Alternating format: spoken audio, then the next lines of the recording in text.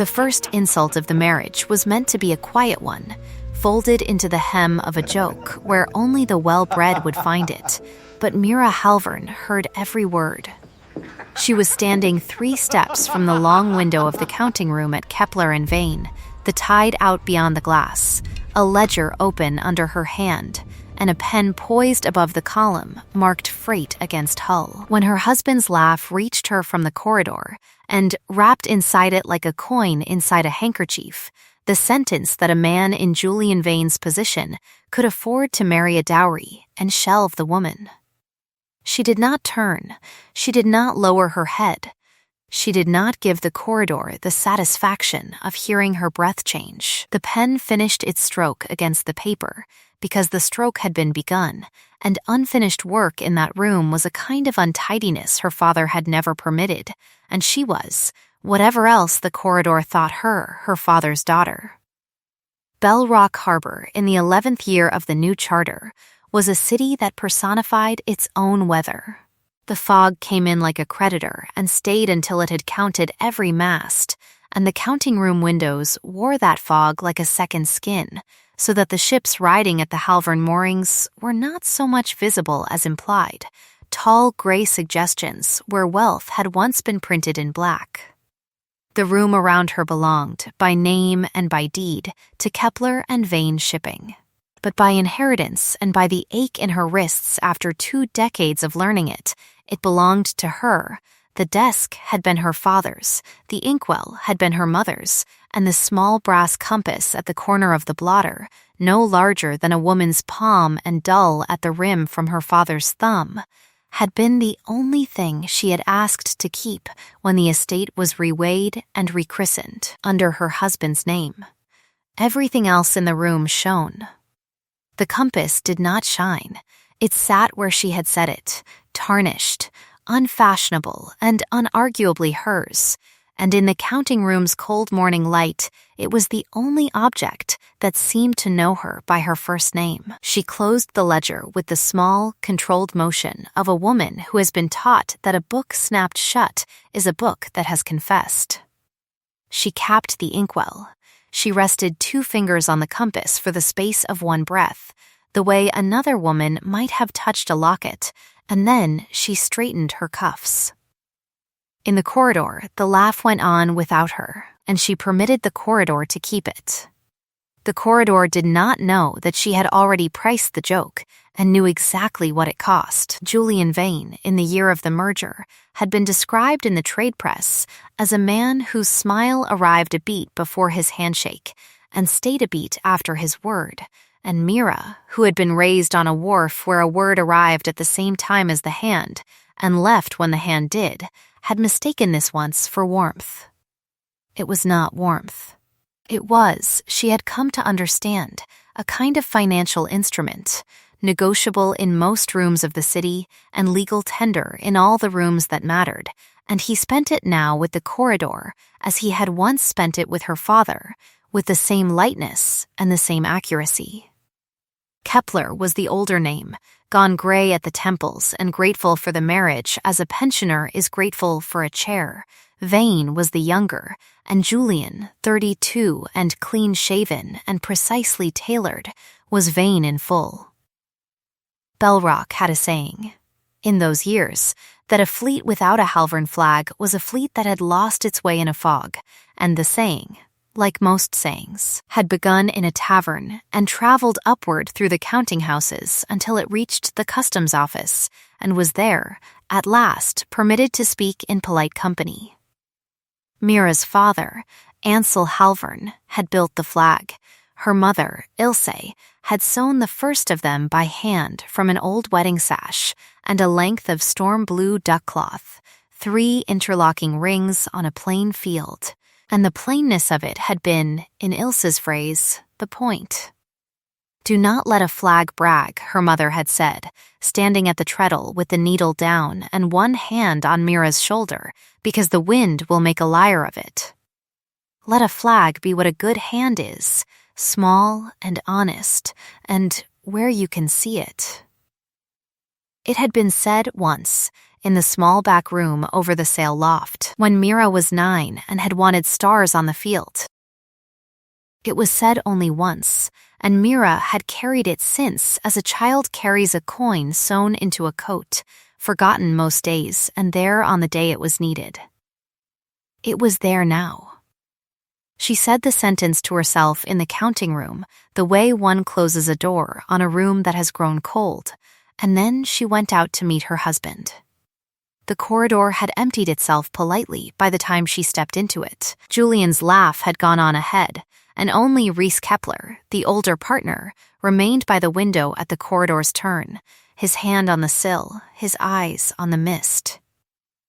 Reese was a small, round man who had grown, over 3 decades of profit, into the exact shape of the chair he sat in, and he had loved her father as one merchant is permitted to love another. That is to say, from a distance and with the door open. He turned when she came near, and the small pouches under his eyes moved a fraction upward, which in Reese was the closest thing he allowed himself to a smile of apology. "The morning is running away from us, Mrs. Vane," he said. He said Vane the way one says the name of a street one no longer lives on. "The tide is running with it," Mira answered. "That is not the same." "No," he agreed, and the pouches under his eyes moved again. "It is not." He hesitated, and then, because Reese had always hesitated exactly one breath before saying the thing that mattered, he said, "The Meridian invoices will need a second hand today. I would take it kindly if that hand were yours." She inclined her head. It was not a request. It was a courtesy dressed as one, and both of them knew it. In the 2 years since the merger, the invoices that had gone out of the counting room under the Vane crest had gone out corrected, by candlelight, by her, and Reese knew, and Julian did not know, and the ships that carried the Vane crest carried. In their bellies, 100 small accuracies for which Mira Halvern was uncredited and Julian Vane was praised. It was, she had learned, a familiar arithmetic. She had grown up inside it. "I will be at the desk within the hour," she said. "Thank you, Mrs. Vane Halvern," she corrected him, without heat, without emphasis, and only for his ears. It was a small vanity, and she permitted herself a small vanity once a day. "In the counting room, Halvern, in the corridor, whatever your ledger wants." Reese's pouches moved a third time, and this time it was almost fondness. "Halvern in the counting room," he agreed, and returned his eyes to the fog. She found Julian in the front office, where the morning light did him the favor of falling on the good side of his jaw. He was leaning against the edge of the great map table with a cup of coffee in one hand and a folded newspaper in the other, and Cassia Lowen was standing at his elbow, her gloves off and her fingers resting, with an idle sort of ownership on the corner of the paper he was reading. Cassia was Bellrock's most photographed woman that season, a shipping heiress in her own right on a smaller and shinier fleet, and she wore, that morning, a dress the color of new copper and a smile the color of an old rumor. When Mira came in, Cassia's smile did not change. It simply tilted 1 degree, the way a compass tilts when a heavier metal comes into the room. "Mira, darling," Cassia said. "You look well." She said it with the exact intonation one uses when telling a friend that a soup is warm. Mira inclined her head half an inch. "Cassia, we were just admiring the piece in the ledger," Cassia went on, laying 2 fingers on the paper as if it were a small tame animal she had brought in from the yard. Julian is quoted twice in the shipping column and the society page in the same week. I told him that if he is not careful, he will be spoken of as a rising man, and rising men in Bellrock are so often required to marry well. She lifted her eyes to Mira's on the last word and held them there for the fraction of a second that turned a sentence into a barb. The words sounded affectionate. The pressure underneath them was not. Julian laughed, one exhaled note, the coffee cup catching the sound and holding it. "Cassia, be kind, he said, which in the vocabulary of that room meant, be exactly this cruel, and no more. He did not look at his wife. He had not yet looked at his wife that morning. His eyes had, for 2 years, been in the habit of arriving in a room a half-second after Kassia's, and Mira had counted the half-second the first year and stopped counting it in the second. I have never been unkind in my life, Kassia said. It is one of my failings. She turned the smile on Mira. How is the counting room, dear? Rhys is running you off your feet, I have no doubt. He does so admire your little talents. Little talents. It was set down between them like a cup of tea. It was not a question. It was an inventory. Rhys is generous, Mira said. The tide is generous. The books are as they are. She said it evenly, and she said it to Kassia, and she permitted her eyes, for one half breath, to move to her husband and back. Julian's mouth did not change. His eyes did not move from the paper. He was reading, apparently, the shipping column, in which he was quoted twice, and there was, in the tilt of his head, the pleasant absorption of a man who has just discovered that he is exactly the height the world has agreed he should be. The tide is generous, Kassia repeated, tasting the phrase as if it were a small provincial pastry. How poetic, Julian. Your wife is poetic before breakfast. I could not manage it before noon. Mira is many things before breakfast, Julian said, and turned a page. He said it the way a man says a thing about a room he is thinking of leasing. You must not overtax yourself, dear, Kassia said. The ledger says you are a partner in all but name. So flattering. But even a partner in all but name is entitled to a little rest, and Julian will manage. Julian always manages. She squeezed his sleeve. It was a small squeeze. It was a squeeze that had been rehearsed. Mira permitted herself, in the counting room of her own composure, to price it and to place it, and then she smiled at Kassia and said, It is kind of you to worry for me. I promise I will not overtax myself before I have done my share. She said it lightly, humbly, as a woman might excuse herself from a game she was already winning. The subtext, which the room heard and Kassia could not openly rebut, was that she had done a great deal of Julian's share for a great many months, and that the ledger had noticed, and that Kassia, whose fleet was smaller and whose flag less quoted, was standing in the front office of a house that had been built on the back of a woman she had just called poetic. Kassia's smile did not change. Kassia's eyes did. Well then, she said, we must not keep you from your share. She turned back to Julian. Julian, at last, looked at his wife. It was the look a man gives a familiar chair when he is about to tell a servant to have it moved. Rhys mentioned the Meridian invoices, he said. I told him you would see to them. Rhys mentioned them to me as well, Mira said. Good, Julian said. Then that is settled. And he returned his attention to the paper as if the settling of it had been his own idea. It was not a question. It never had been. She inclined her head to both of them, the exact inclination she would have given a customer she did not know well, and she went out. In the corridor, Rhys was gone from the window. The fog was thinning against the glass, which meant that by afternoon there would be a wet gray light and no shadows to hide in, and Mira, who had been raised on a wharf and taught by a father who did not permit self-pity in the ledgers or in the daughters, gave herself, in the corridor, precisely one breath. She unclenched her hand. She had not known it was clenched. She looked down and saw the small pale crescents her nails had left in the meat of her palm, 4 of them, the 5th thumb resting on the fabric of her cuff like a witness. Little talents. She let the phrase sit on her tongue and did not swallow it. She would learn its taste. She would learn where it had been sharpened. she would learn who was paying for the whetstone. She went back to her desk. The Meridian invoices were a stack of 32, and the errors in them were the small, telling errors of a clerk who had been trained to please Julian rather than to be correct, and Mira, seated at her father's desk with the brass compass at her right hand and the good pen in her fingers, corrected them without haste and without irritation.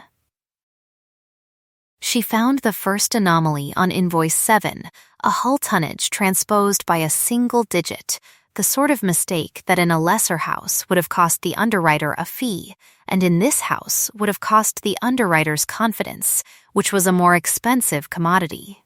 She found the second on invoice 14, a port designation that had been entered as Caldwell when it should have read Caldwell Reach, 2 miles further up the estuary, and a different customs officer entirely. She found the third on invoice 21, and after that, she stopped counting the anomalies and began, in the margin of a fresh sheet, the small private tally she had kept for months. An initialed column of days and errors that no one but her would ever read. In the counting room, midway through the second hour, a boy came in from the wharf with a message that the Ansel, because there was still, God be thanked, a ship in the fleet that carried her father's given name across the world, had cleared the outer bar under a full press of canvas and was expected at the mooring by dusk. Mira wrote the notation into the daybook. She did it in her own hand, in the same steady script her father had taught her the winter she was 11, when he had put her at the counting desk beside him and said, without ceremony, that a halvern who could not keep a straight column had no business asking a captain to keep a straight course. She had kept the columns straight. She had kept them straight through her mother's illness, through her father's long, slow settling into the chair by the window, through the year of the merger, through the wedding at which Cassia Lowen had worn a dress the color of new copper and had smiled at the bride the exact way she was smiling at her now. It was said in Bell Rock that a ledger was a form of prayer, and Mira, who was not particularly devout, had nevertheless found that the metaphor held. There was a stillness at the desk when a column reconciled itself that resembled the stillness after grace, and it was a stillness she had earned. She earned it that morning. She earned it invoice by invoice, correction by correction, until the clock in the hall struck the 11th hour and Reese Kepler came in with the invoice's twin, the outgoing letters, and set them on the corner of her desk with the small apologetic bow that had, over 2 years, become their private greeting. "You will not need to sign these," he said, "only to read them and to tell me if they should go out."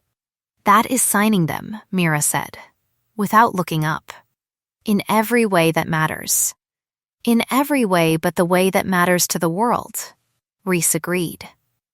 He hesitated, and then he said, in a voice pitched for her ears alone, Ansel would have been proud of the column on the Caldwell freight. Ansel would have caught the port designation before it left the boy's pen, Mira said. He would have said the boy needed a map and a slap, in that order. Reese's pouches moved. He would, he agreed, and he would have given the boy the map.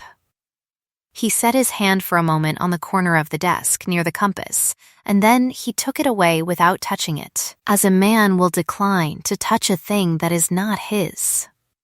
"Mrs. Halvern," he said, and this time he used it not as a courtesy, but as a small salute. "The day is with you." He went. Mira read the letters. She corrected 2 of them and marked a third for a revised paragraph on tariff conditions at the Caldwell Reach Customs House, and she set them in the outgoing tray with the small brass weight that had been her mother's on top of the pile. She did not look at the door when Julian passed it, and Julian did not look in. She was beginning to understand a habit that had grown between them like ivy, unadmired and load-bearing. She permitted the ivy. The ivy held the wall up. If the wall came down, the counting room would come down with it, and the counting room, whatever else it was, was still the place where her father's compass sat on the desk and pointed, as compasses will, to the pole and not to the flattery of any man. At noon she went home.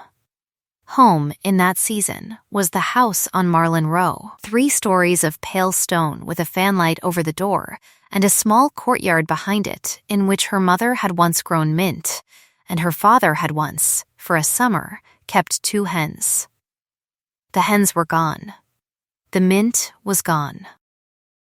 The courtyard, since the merger, had been redone in flagstone and a pair of ornamental urns that Cassia Lowen had recommended, and Mira, who had not been consulted, had walked through it twice a day for a year and had, on the 23rd of April, planted a small pot of mint on the kitchen sill without telling anyone, and it grew there still. Unfashionable, useful, hers. She ate at the kitchen table. She ate bread and cold meat and a boiled egg, and she read the shipping column while she ate, and she noted at the bottom of the 2nd paragraph that Julian Vane was quoted, twice, on the state of the Meridian trade, and that neither quotation was accurate, and that both were charming. Charming was a currency in Bellrock. She had watched her husband spend it for 2 years. She had watched, for the last 6 months, the small change of it come back to him in the form of preferential berth allocations, invitations to committee dinners at the Merchant Exchange, and a growing paragraph in the annual report of Kepler and Vane in which her name did not appear. She turned the page. On the society page, halfway down the column, there was a small paragraph noting that Mr. Julian Vane and Miss Cassia Lowen had been observed, on the occasion of the Lowen spring reception, in animated conversation on the balcony overlooking the estuary. Mrs. Vane's wife, the paragraph added, was not present. Mrs. Vane, it said, had sent her regrets. Mira had not sent her regrets. Mira had not been told there was a reception. She folded the newspaper along its ordinary crease and set it beside her plate. She put the last of the bread into her mouth.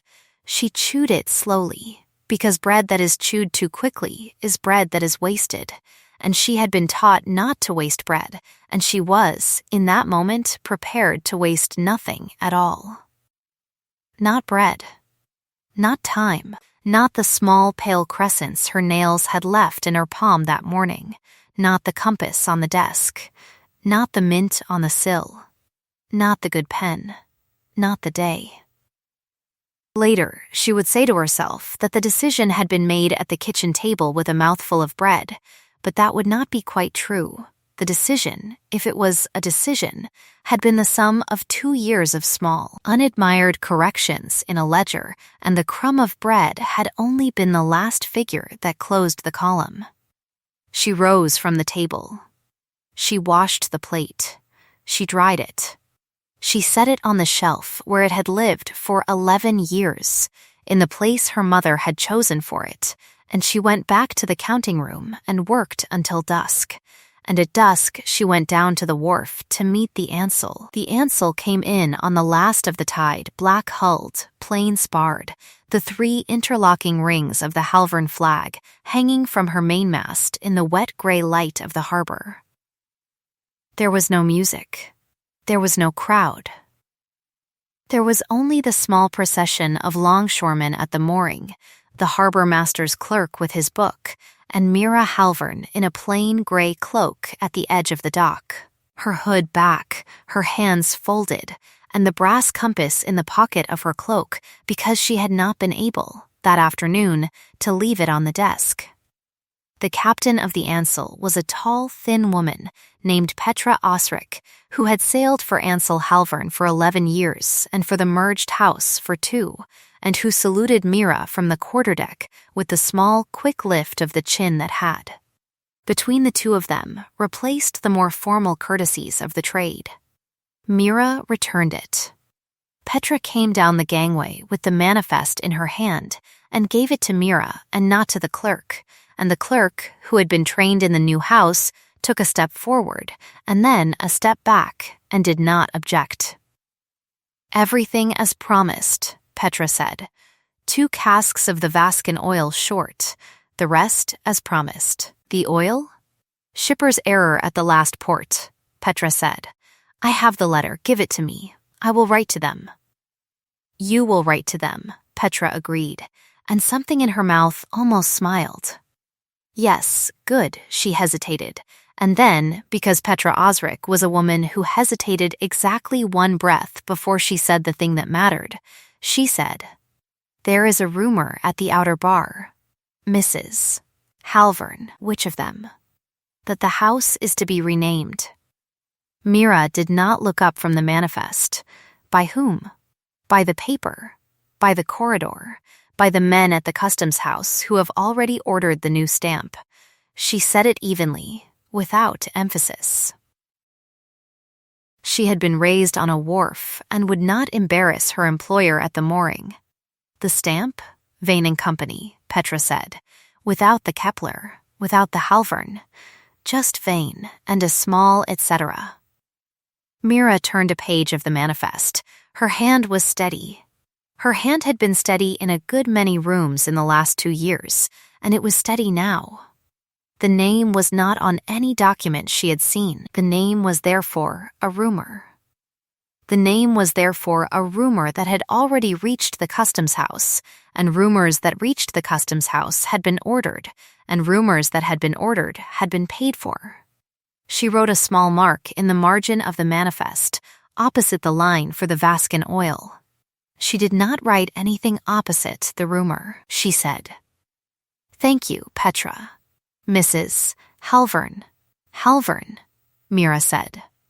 And Petra's mouth almost smiled again, and she turned and went back up the gangway, and Mira stood on the dock in the wet gray light and looked up at the mainmast of her father's ship, at the 3 interlocking rings on the storm blue field, and she thought, without any heat at all, of the sentence her mother had said to her over the treadle when she was 9. Do not let a flag brag, her mother had said, because the wind will make a liar of it.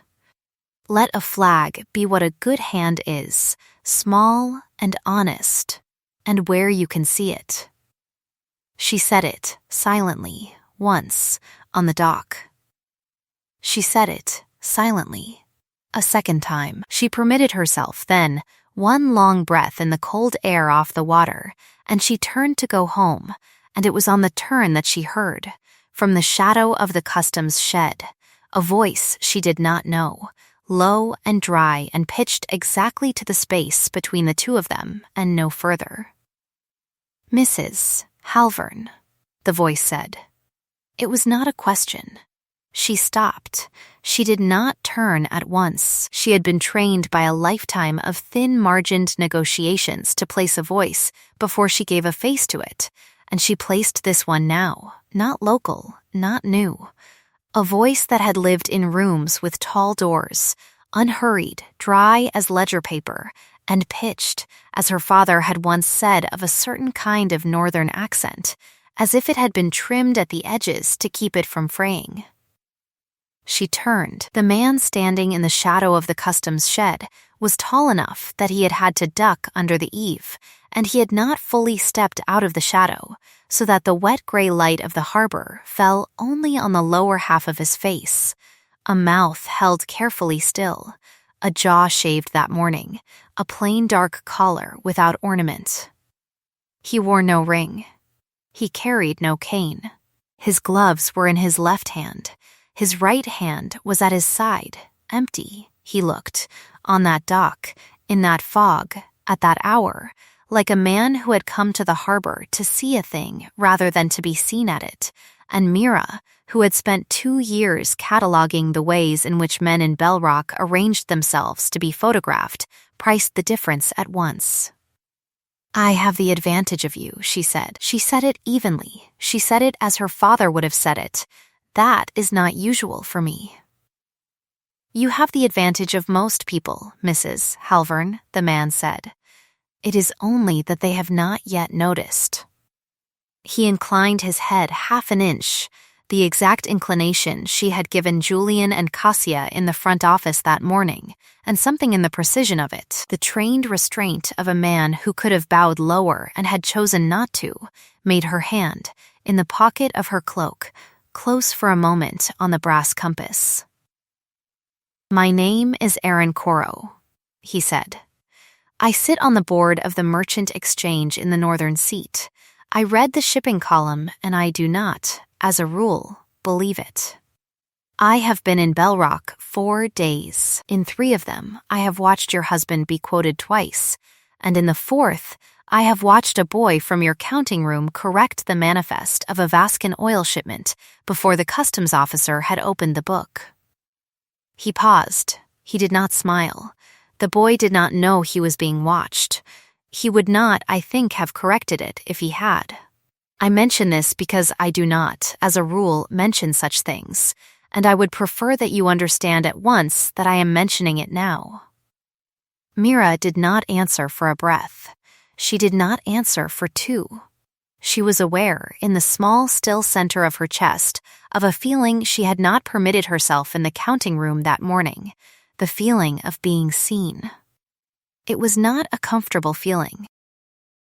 It was the feeling of a lamp being lit in a room she had grown accustomed to walking through in the dark, and for a moment she resented the lamp, and then she resented her resentment, and then, because she had been raised on a wharf and was her father's daughter, she inclined her head 1/2 an inch in return. "Mr. Koru," she said. "The Northern Seat is a long way from Bell Rock." "It is," he agreed, "and the fog is thicker than I was warned." "The fog is always thicker than you are warned." "That, too, I have observed." He hesitated, and it was, she noticed, an actual hesitation, and not a rehearsed one, a small, honest gap in an otherwise polished voice.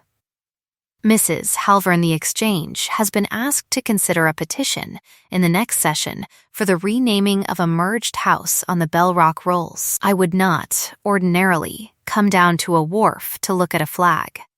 I have come down to look at this one."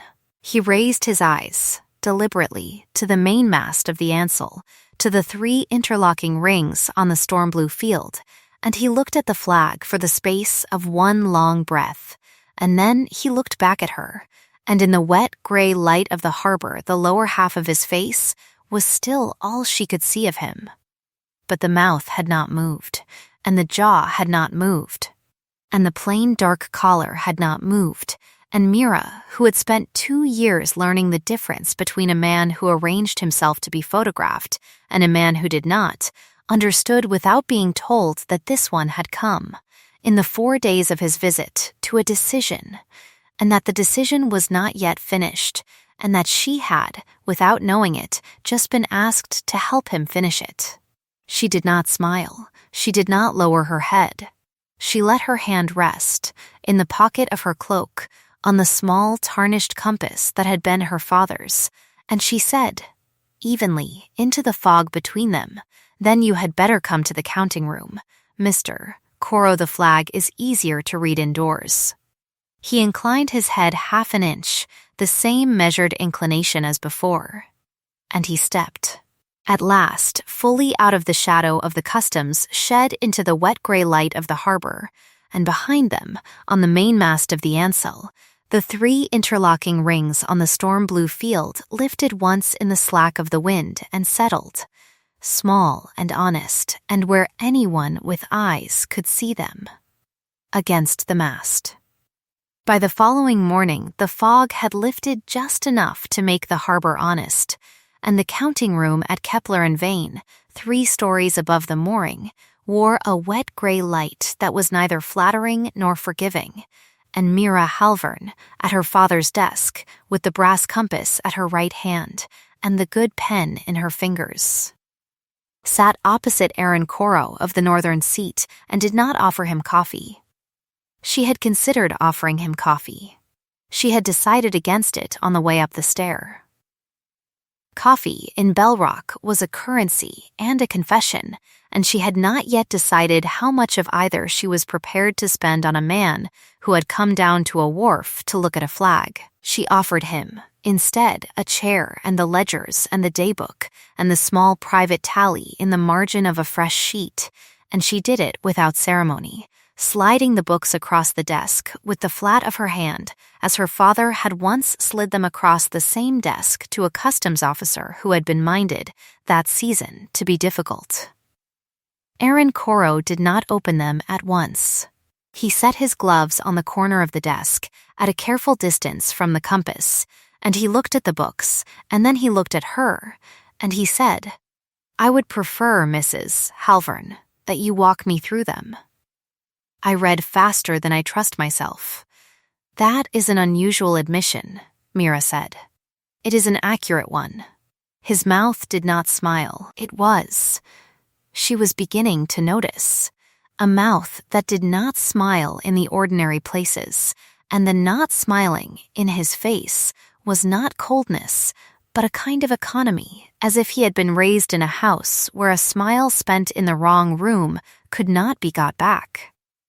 I have watched, in my time, 3 houses lose themselves in a fog because a board took a shipping column at its word. I would prefer not to make it 4. "Then, read slowly," Mira said, and she opened the first ledger. She walked him through it.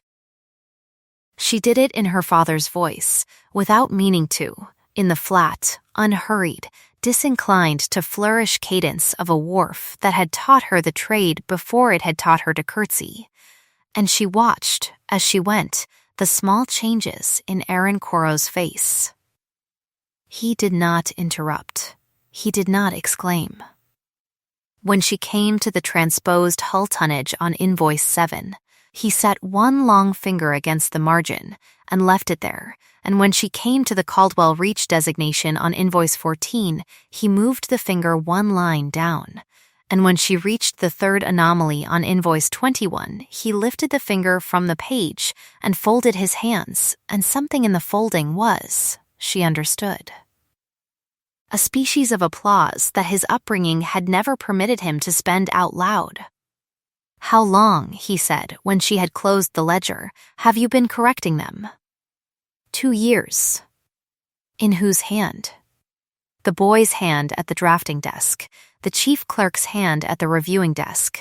Occasionally, she added, without emphasis, in my husband's hand. He did not look up, and the corrections are entered in your hand. In my hand. Unsigned, unsigned, he was silent. He was silent for the space of 1 breath, and then the space of 2, and then he said, in the same dry, ledger paper voice he had used at the customs shed, "That is a form of theft, Mrs. Halvern. I would like you to know that I know it is." "I know it is," Mira said. "I did not require you to come to Bell Rock to tell me." "No," he agreed. "You did not."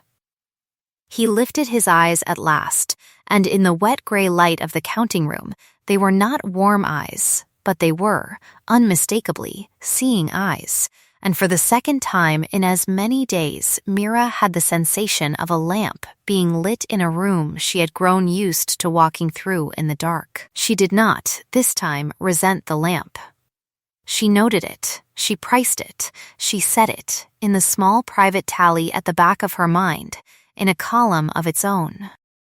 He stayed until noon. He read the daybook. He read the outgoing letters. He read, at her request, the manifest of the Ansel that Petra Osric had brought her at dusk, and he asked once, without inflection, what the Vascan shipper's letter had said, and she gave it to him, and he read it, and he set it down and said, "This shipper is not the shipper who has been paid." "No," Mira said. "He is not. You know this because the receiving stamp at the Vascan Customs House has a small notch in the upper right corner that is not on this letter, and the shipper who signed this letter has been at that customs house 6 times to my knowledge and would have known it. You have been to that customs house 3 times. With my father. I was 12, 14, and 19. You remember the notch. I remember the notch. He looked at her a beat longer than was polite, and then he inclined his head half an inch, the exact inclination he had given her at the customs shed, and he said, "Mrs. Halvern, the board is meeting in 3 weeks. I would like your permission, before then, to consult these ledgers a second time. In your presence, with no one else in the room." "You have it," she said. "Thank you. You may need it more than once." "I may," he agreed. He rose. He gathered his gloves from the corner of the desk. He was careful, again, not to touch the compass, and Mira, who had been watching the small, deliberate courtesies of him for 2 hours, understood at last that he had noticed the compass on his first glance into the room and had classified it, without being told, as a thing that belonged to her and not to the house. It was a small thing. It was the first small thing a man in Bellrock had done for her, unpaid, in a year. She permitted herself, at the door, one sentence. "Mr. Koru," he turned. "The northern seat," she said, "is a long way from Bellrock. It is longer, I am told, in bad weather. If the board is minded to consider the renaming of a merged house on the rolls, the northern seat will not be alone in its judgment. There is a southern seat, and there is an eastern seat, and there is the customs house, which has already ordered a stamp." "I know the customs house has ordered a stamp," Aaron Koru said. He did not smile. "I am the reason it has not yet been paid for." He inclined his head half an inch, and he went, and Mira Halvern stood in the counting room in the wet gray light of the harbor, with her hand, once again, in her pocket on the small tarnished compass, and she permitted herself, for the space of one breath, to be pleased. She did not permit herself to. To, she had learned, was the breath in which vanity replaced accuracy in the columns, and she had not been raised to keep vain columns. She sat down. She opened the daybook. She wrote, in her own hand, in the flat, unhurried script her father had taught her, one line: "Mr. Aaron Koru of the Northern Seat, counting room, 2 hours, ledgers reviewed, no coffee." She capped the ink. She rested 2 fingers on the compass. She went back to work. The day resumed itself. The day did not ask her permission.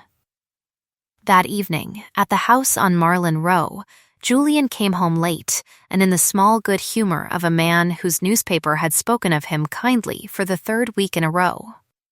He did not ask her about her day. He did ask her, in passing, whether she had heard anything of a Northern board member in the town, and she said, evenly, that she had, and he said, evenly, that he had heard the same rumor, and that the man had been seen at the Merchant Exchange the previous afternoon, and that Cassia Lowen had sat next to him at dinner and had found him, in Cassia's phrase, quite unamusing. Cassia had used the word twice, Julian added, which in Cassia was the sign of a bruise. Mira permitted herself, over a plate of cold pork and greens, a small dry sentence: "Cassia is not easily bruised." "No," Julian agreed. "She is not. That is why I remarked it." He looked at her then for the first time that evening, and she felt the look for what it was. Not curiosity, not warmth, but the assessing look of a man who had heard, at his club, something that had not yet arrived at his desk. She held the look. She did not lower her eyes. He looked away first and picked up his glass and said, in the smooth, charming, negotiable in any room voice that had been his gift and his warning, "I would prefer, Mira, that you did not exert yourself on the Meridian file this week. Rees will manage. You look tired." "I am not tired," Mira said. "You look tired," Julian repeated, gently, as if repetition could make it so. "I would prefer that you rest." He said prefer the way another man would say require. She said nothing.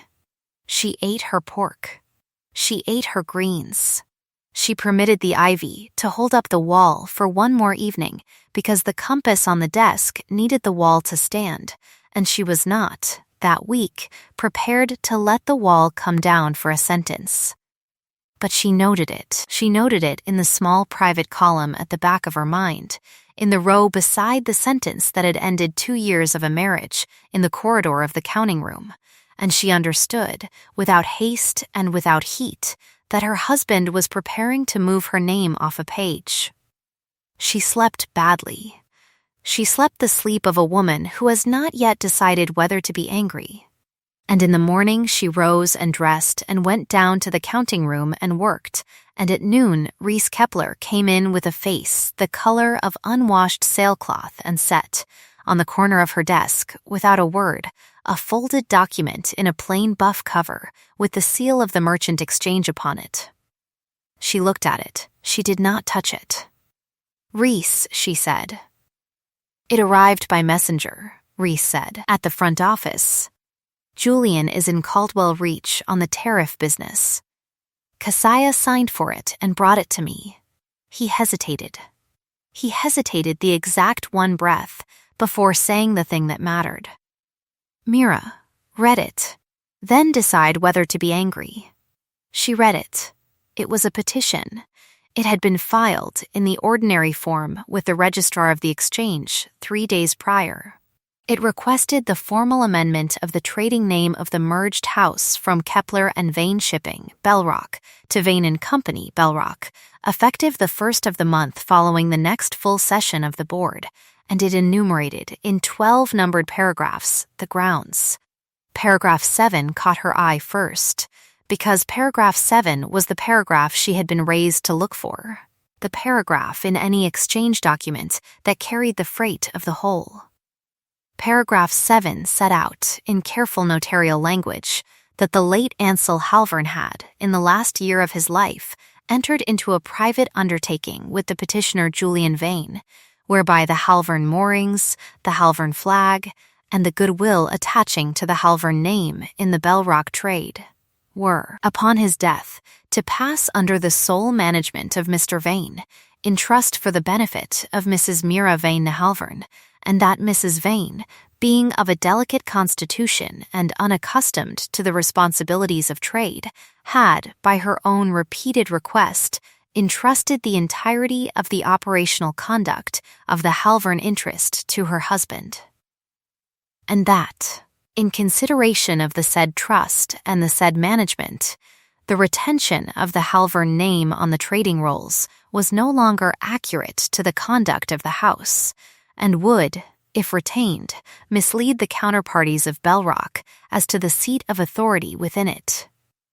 Paragraph 7 ended, in the flat, courteous language of the registrar's clerk, with the words, "The petitioner therefore respectfully requests the correction of the rolls." Correction. Mira read paragraph 7 a second time. She read it a third. She held the document at the edge with 2 fingers, as one might hold a soiled napkin, and she read the 12 numbered paragraphs in order, and when she had finished them, she went back and read paragraph 7 a 4th time. Because paragraph 7 was not accurate, and paragraph 7 was signed, and paragraph 7 was witnessed, and paragraph 7 had been drafted by a man who had never met her father. Her father had not signed any private undertaking with Julian Vane. Her father had signed, in her presence in the office of the notary Halvern & Co. had used for 30 years, a single sheet of testamentary paper on the 12th of November 2 years past, in which he had left the Halvern moorings, the Halvern flag, and the goodwill attaching to the Halvern name to his daughter, Mira Halvern, absolutely and without reservation, and had appended a codicil in his own hand, in which he had written, in the small square script he had used for his letters to her mother, that the said daughter was to conduct the said business in whatever manner she chose, and that no man, whether by marriage or by law or by his own persuasion, was to interpose himself between her and the counting-house door. She had watched him write the codicil. She had watched him blot it. She had watched the notary countersign it. She had, on the way home in the carriage that afternoon, held her father's hand and been told, in the flat, unhurried voice that had taught her the trade, that a codicil was a fence, and a fence was only as good as the man who patrolled it, and that she was, from that day forward, the man who patrolled it, and that he was sorry, and that he was proud. He had died 3 weeks later, and Mira had, in the small private column at the back of her mind, patrolled the fence every day since, and there had been, in 2 years, no undertaking, no signature, no witness, no correction. There had been only paragraph 7 on a piece of exchange paper with the seal of the registrar upon it, and the signature at the bottom of the page, in a rounded, over-flourished, unmistakable hand, was Julian's. She did not, for a breath, feel anything at all. She noted the absence. She had been taught to note it. The absence, she knew, was not calm.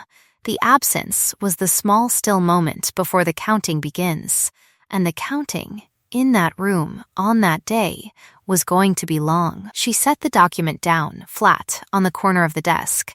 She placed the brass compass on top of it, as one might place a stone on a paper that must not blow away, and she looked up at Reese Kepler, whose eyes had not left her face. "Reese," she said. "Yes, this is not accurate. No, you know this. I know this. I was in the room, Mira. I sat 2 chairs from Ansel. I signed as one of the witnesses to the codicil." "Then you know that paragraph 7 is a lie." "I know that paragraph 7 is a lie." He hesitated. He hesitated the exact one breath. "I know, also, that the registrar's clerk has been paid, and that the board is minded, in this session, to be brisk. Julian will say, when it is put to him, that the codicil was superseded by a private undertaking of which he has a copy. He will produce the copy. It will be signed. It will be witnessed. It will be dated between the 12th of November and the day your father died."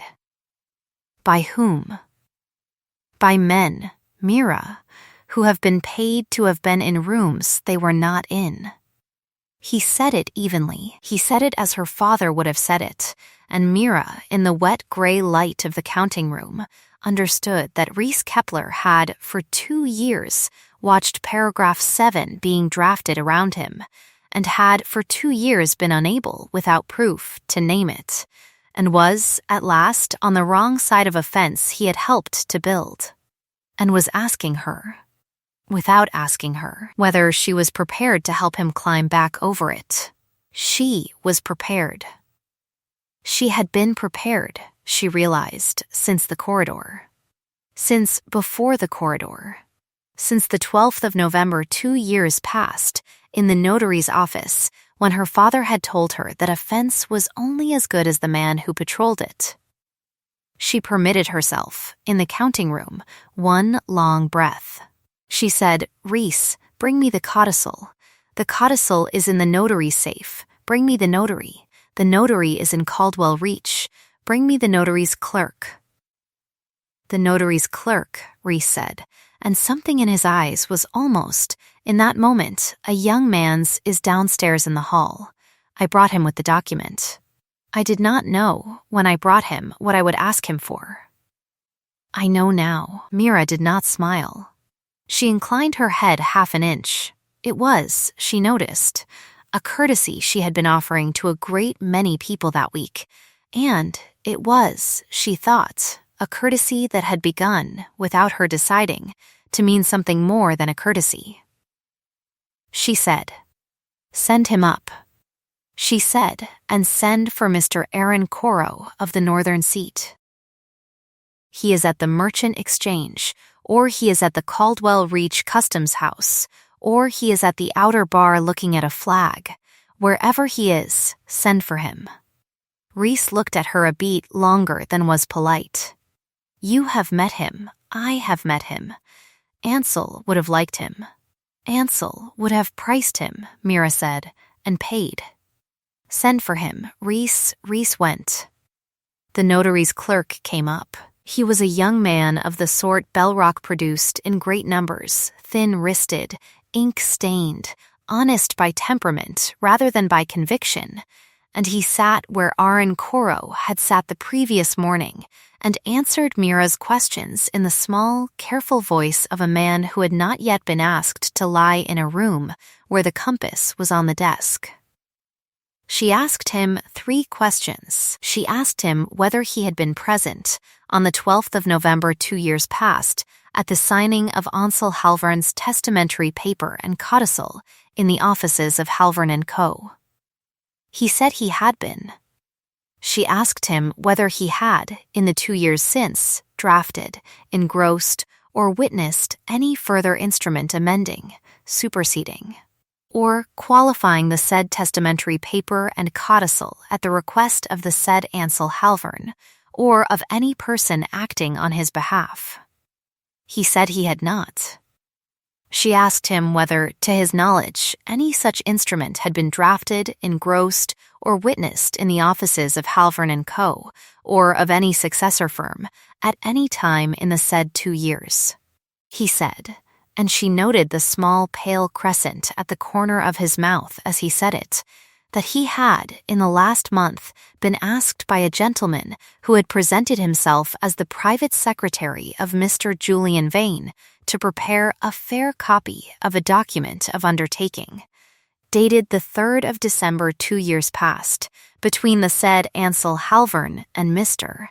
Julian Vane, and that he had, upon reading the document, declined, and that the gentleman had gone away, and that the gentleman had returned 2 days later with a fair copy already engrossed by another hand, and had asked only that the clerk certify the copy as a true copy of the original, and that the clerk had again declined, and that the gentleman had gone away a second time, and had not, to his knowledge, returned. Why did you decline? Mira said. The clerk swallowed. Because the document was dated the 3rd of December, he said, and Mr. Halvern was, on the 3rd of December, at the house on Marlin Row. And Mr. Halvern, on the 3rd of December, did not leave the house on Marlin Row, and did not receive Mr. Vane at the house on Marlin Row, and did not, that day, hold a pen. I know this, Mrs. Halvern, because I brought a paper to your father, myself, at the house on Marlin Row, on the 3rd of December, at the request of the senior notary, and I sat with your father in the front room for an hour, and I read the paper to him, because his eyes had gone by then, and he did not sign it, because he could not, and I took the paper back to the office. And I marked in the daybook that Mr. Halvern had not signed on the 3rd of December because he had not been able to hold a pen. Mira did not move. She let the sentence sit between them for the space of 1 breath, and then 2, and then she said quietly, You marked the daybook. Yes, Mrs. Halvern, in your hand. In my hand. The daybook is in the notary's office. The daybook is in the notary's office. It is locked. It is signed weekly by the senior notary. It has not been amended. It cannot be amended. You would swear to it. I would swear to it, Mrs. Halvern. I would swear to it under any oath any board of any exchange in any city cared to put me under, and I would swear to it because it is true, and also, he said, and the small pale crescent at the corner of his mouth deepened.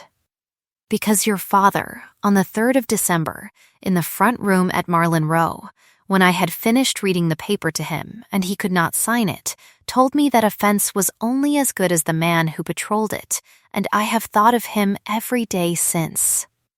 Mira closed her eyes for 1 breath. She opened them. She said, Thank you. Mrs.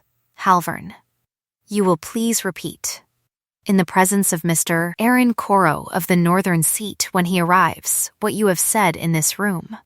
Word for word if you can bear it. I can bear it, Mrs. Halvern.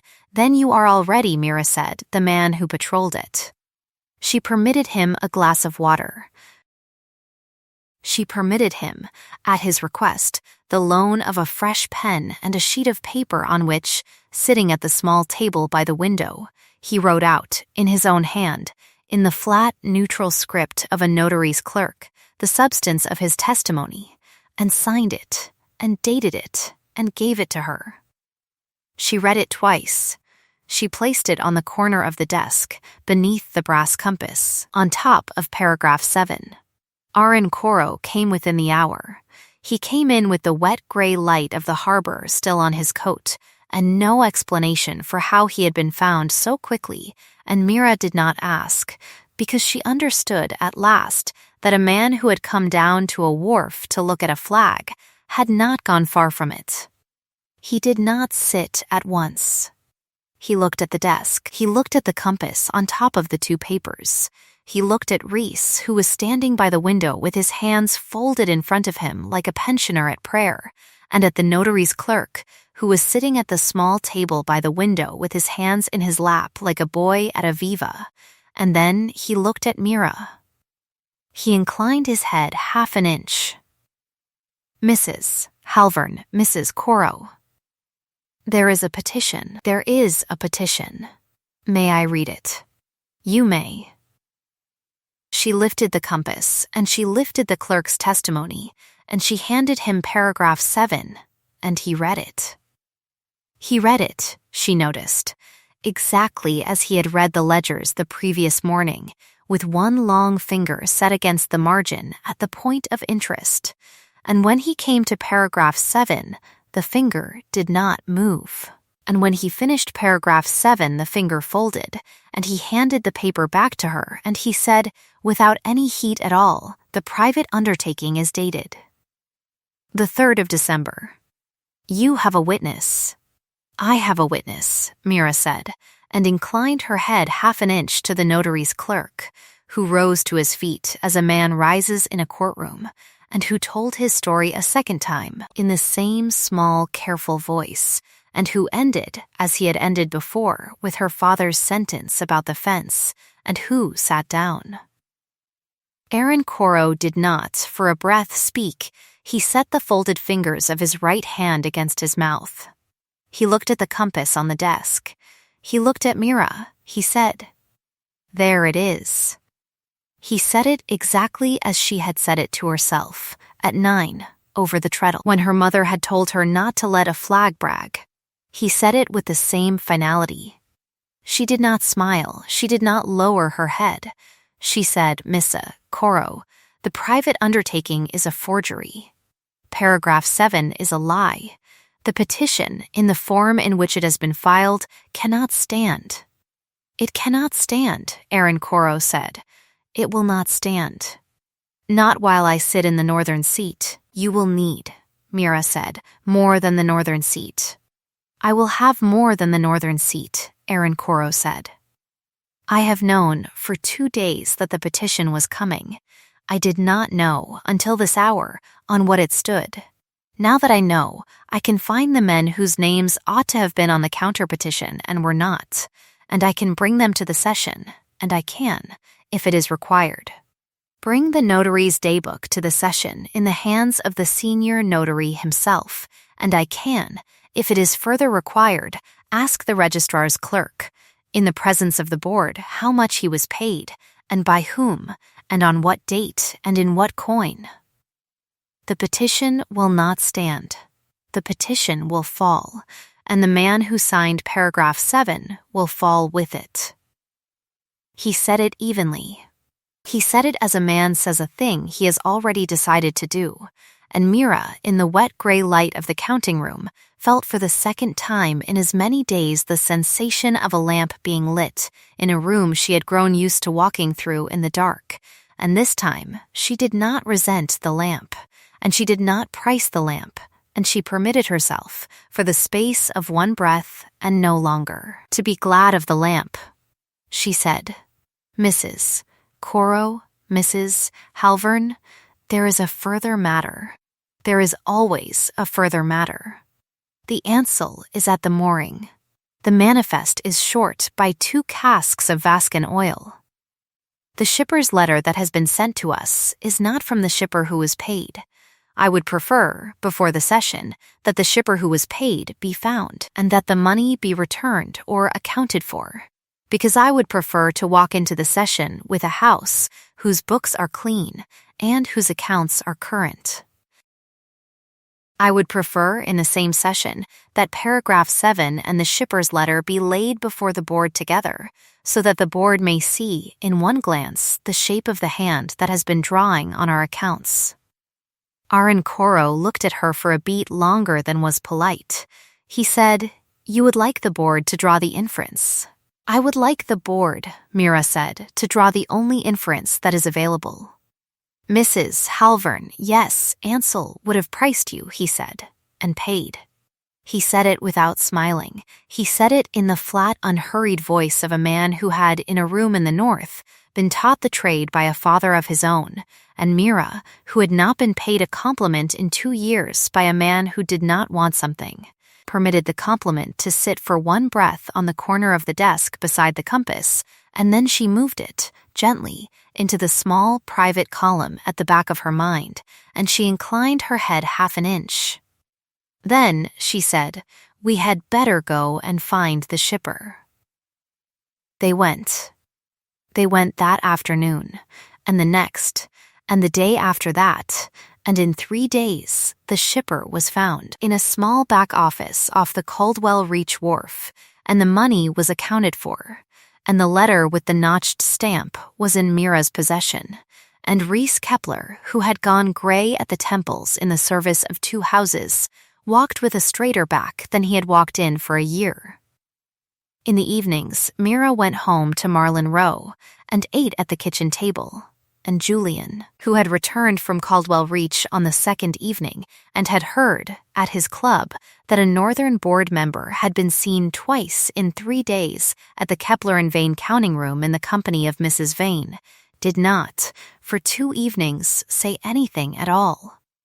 On the 3rd evening, in the small good humor of a man who had, that afternoon, been quoted for the 4th week in a row, he laid his hand on the back of her chair at dinner and said, gently, that he had been thinking, and that he wondered, given the strain of the recent weeks, whether Mira might not benefit from a season at the Sea House at Halvern Point, which had been shuttered since her father's death, and which, he said, could be reopened in a week, and which, he said, would do her more good than the counting room, which, he said, was tiring her. He said tiring the way he said prefer. He looked, on the last word, at the small brass compass she had, that evening, set on the shelf above the kitchen table where the plates lived, because she had, that evening, decided to stop pretending that it lived on the counting room desk alone. He looked at it a beat longer than was polite. He said, "You have brought the compass into the kitchen." "I have brought the compass into the kitchen," Mira said. "It is an ugly little thing. It is my father's."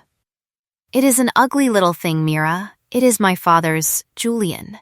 He looked at her. Then, and for the first time in 2 years, there was, in his eyes, not the assessing look of a man who had heard something at his club, but the small, tight look of a man who had, at last, understood that a wall he had been leaning on had been holding him up, and that the wall was thinking of moving.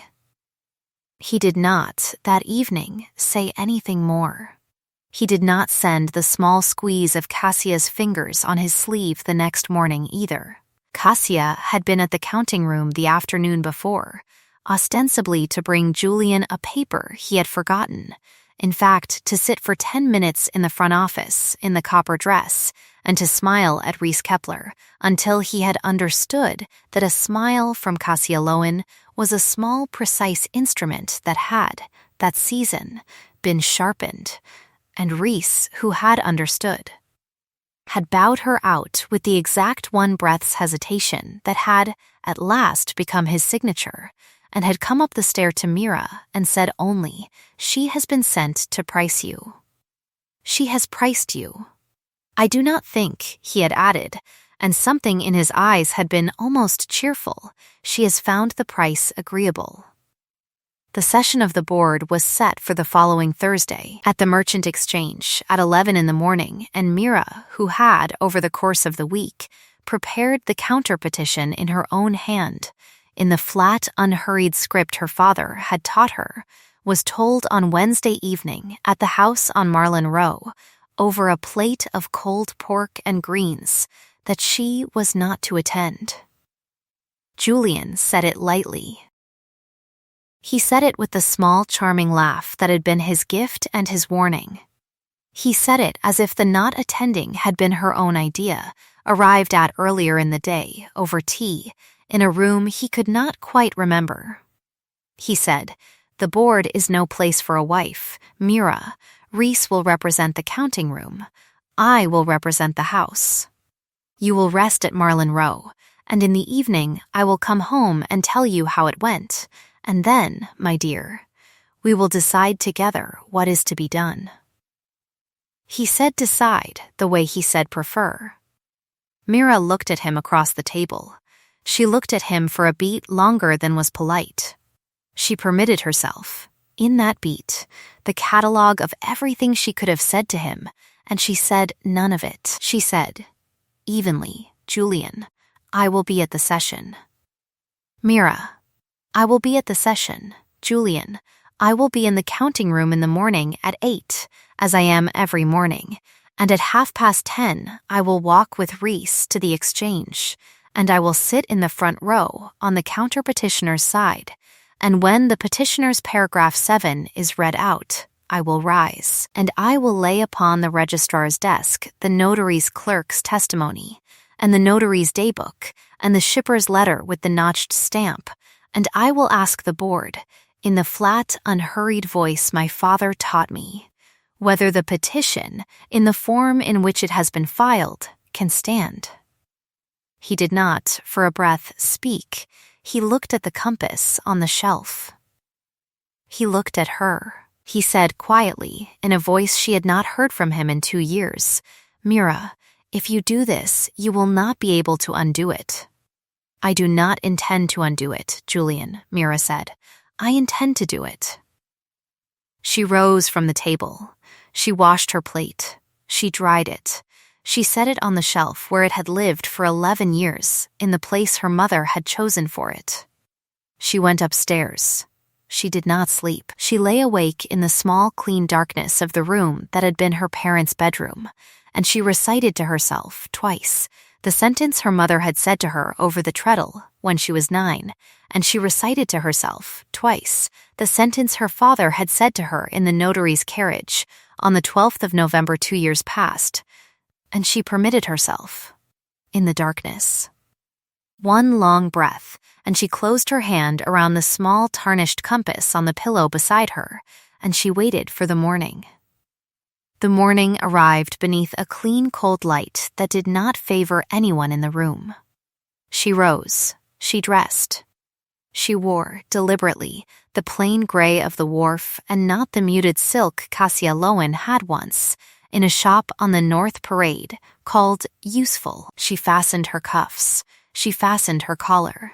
She set the small brass compass in the pocket of her cloak, and she walked, in the clean, cold light, down to the counting room, and she worked, in the flat, unhurried script her father had taught her, until 10:30, and at 10:30 Reese Kepler came in with his hat in his hand and his eyes on the door, and behind him, on the landing. Quiet and unhurried, and with his gloves in his left hand and his right hand empty, was Aaron Koru of the northern seat. Aaron Koru inclined his head 1/2 inch. "Mrs. Halvern, Mr. Koru, it is time." "It is time," Mira said.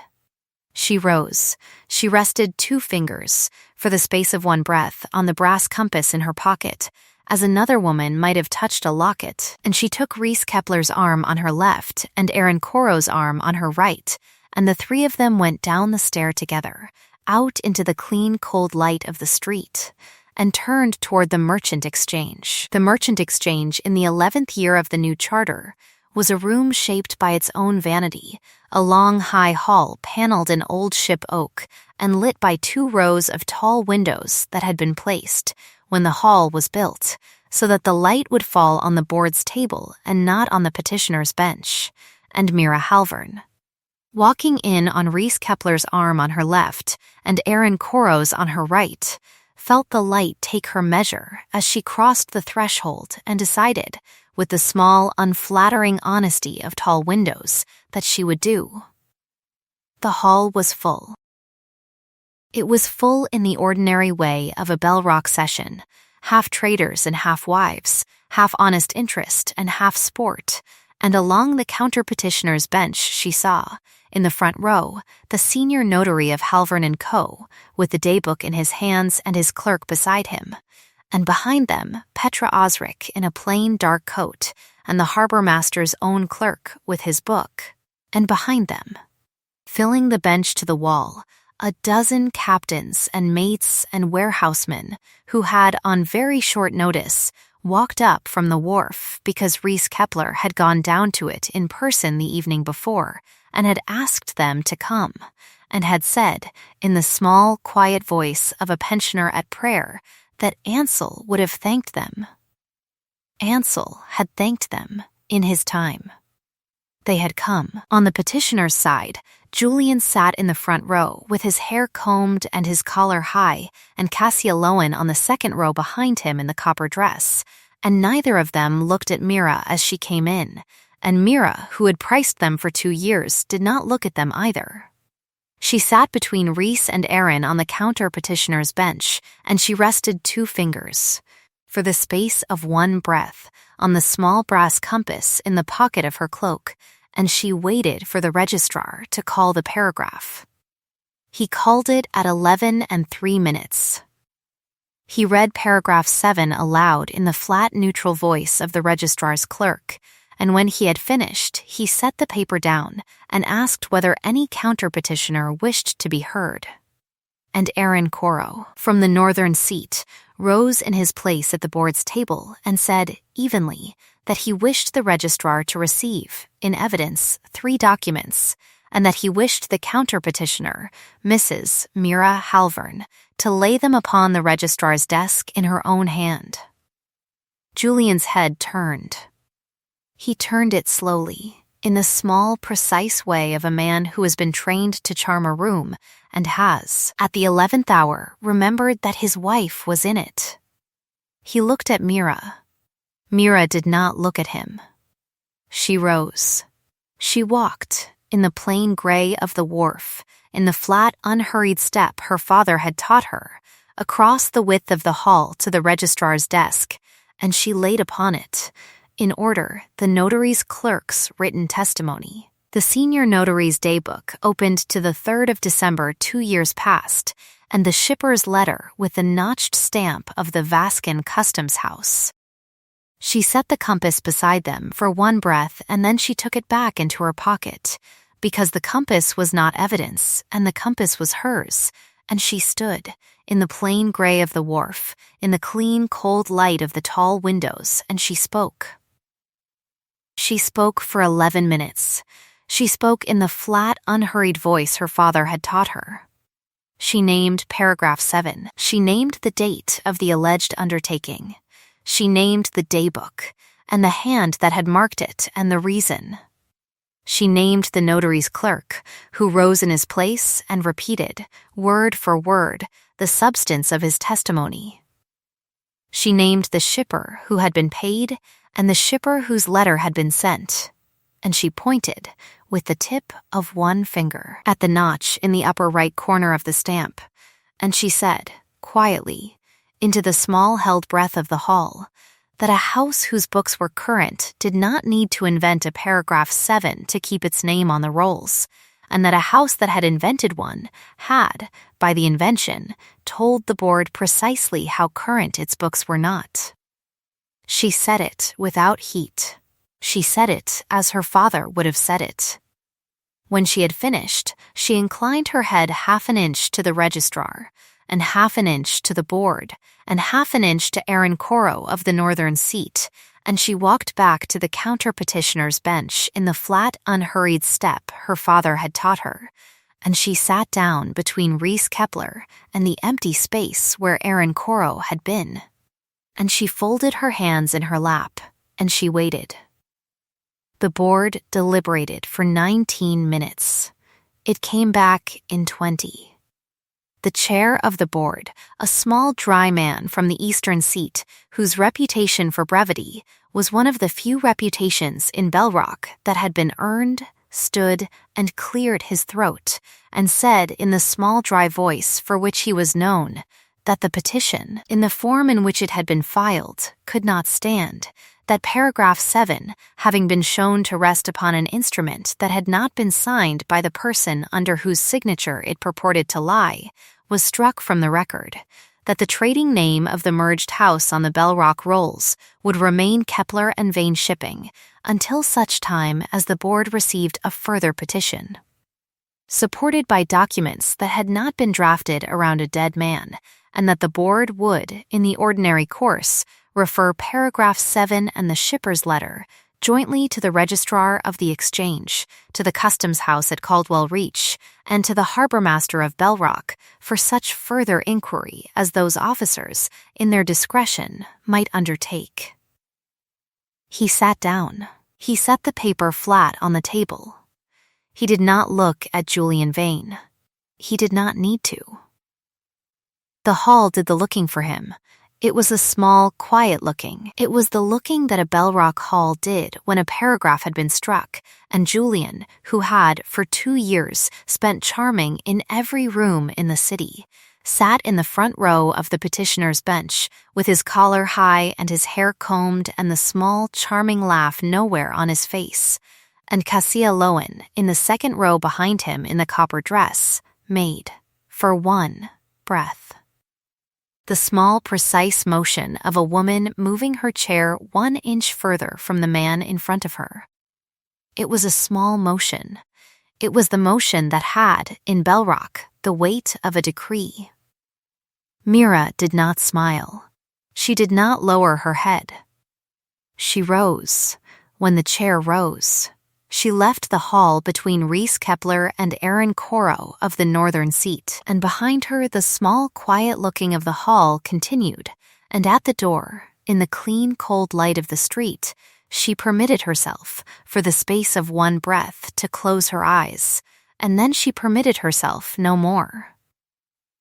The counting room, that afternoon, was quieter than it had been in 2 years. The invoices came in the ordinary way. The boy at the drafting desk brought them up in the ordinary way. The corrections that Mira wrote in the margins were, that afternoon, corrections that the boy himself had already caught. And Mira, at her father's desk, with the brass compass at her right hand, permitted herself, for the space of one breath, to be grateful for the boy. She corrected, in her own hand, in the flat, unhurried script her father had taught her, 3 small errors that had been left for her. She capped the ink. She set the pen down. She rested 2 fingers on the compass.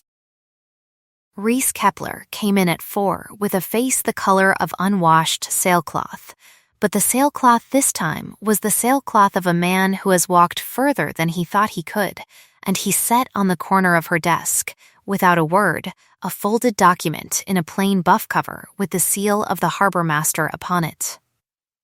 It was a formal notice. It informed Kepler and Vane Shipping that Mr. Julian Vane, having been named in an inquiry then pending before the registrar of the exchange, the customs house at Caldwell Reach, and the harbor master of Bell Rock, was, pending the outcome of the said inquiry, suspended from all signatory authority over the accounts, the manifests, and the trading correspondence of the merged house, and that any signature purporting to be his upon such documents in the said period would be treated by the office as unaccepted. It was signed. It was witnessed. It was dated that afternoon. Mira read it twice. She set it flat on the desk. She placed the compass on top of it. She said, evenly, to to Reese Kepler, he will leave the house on Marlin Row. He will leave the house on Marlin Row, Reese agreed. By this evening. By this evening. He will not go to Cassialoan. He will not, Reese said. He hesitated the exact one breath. Cassialoan has, since 11:20 this morning, sent word that she is not receiving. No, Mira said. She would not be. She rested 2 fingers on the compass, and she did not smile, and she said, Reese, thank you. Halvern, Reese said, quietly, and he inclined his head half an inch, and he went. Julian left the house on Marlin Row that evening.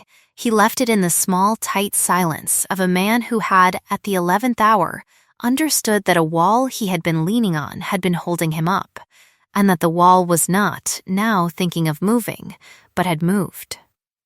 He did not, at the door, look at his wife. He did not, at the door, look at the compass on the shelf above the plates. He took his hat. He took his coat. He took, from the table in the hall, the small silver case he had carried since the wedding, and he went, and the door closed behind him with the ordinary sound of a bellrock door, and Mira Halvern stood in the front hall in the plain gray of the wharf and listened to the ordinary sound, and permitted herself, for the space of one breath, to be still. She did not cry.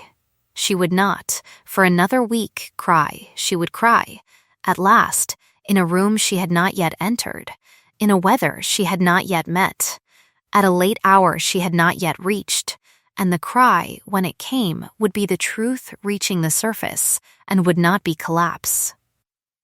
She did not know this yet. She knew, only, in the front hall of the house on Marlin Row, that the ivy was down, and that the wall was standing, and that the wall was hers. She went to the kitchen. She sat at the table. She looked up at the compass on the shelf above the plates. She said, aloud, in the flat, unhurried voice her father had taught her, the sentence her mother had said to her over the treadle when she was 9. Do not let a flag brag, because the wind will make a liar of it. Let a flag be what a good hand is, small and honest, and where you can see it. She said it once. She said it, quietly, a second time. She did not say it a third. 3, she had been taught, was the count at which a sentence became a prayer, and she was not, that evening, prepared to pray. That week, the harbor master's inquiry moved with the unusual briskness of an office that has, for 2 years, been waiting to move. The registrar's clerk was interviewed. He confessed, in the small, pale voice of a man who has been paid too little to lie under oath, that he had received, on 3 occasions, small sums from a private secretary of Mr. Julian Vane, in consideration of the expedited handling of certain petitions upon the rolls. His confession was signed. His confession was witnessed. His confession was, in the ordinary course, referred to the chair of the board. The Customs House at Caldwell Reach found, in a small back office off the Caldwell Reach wharf, a set of double-entry books in the hand of Mr. Julian Vane's private secretary, in which the receipts of certain Vascan shipments had been recorded twice, once against the Halvern accounts and once against the Vane accounts, and the difference had, in each case, been drawn on the Halvern accounts and paid by cheque into an account at the North Parade Bank in the name of Mr. Julian Vane and Miss Cassialoan. Jointly, the cheques were produced. The signatures were compared. The signatures matched. Cassialoan, in the second week, quietly closed the house on the North Parade and went in a hired carriage at first light to her father's sea house at Lowen Reach, and did not, that season, return to Bellrock. Julian, in the third week, filed with the registrar a short notice withdrawing the petition, and, in the same breath, tendering his resignation from the office of managing partner of Kepler and Vane Shipping.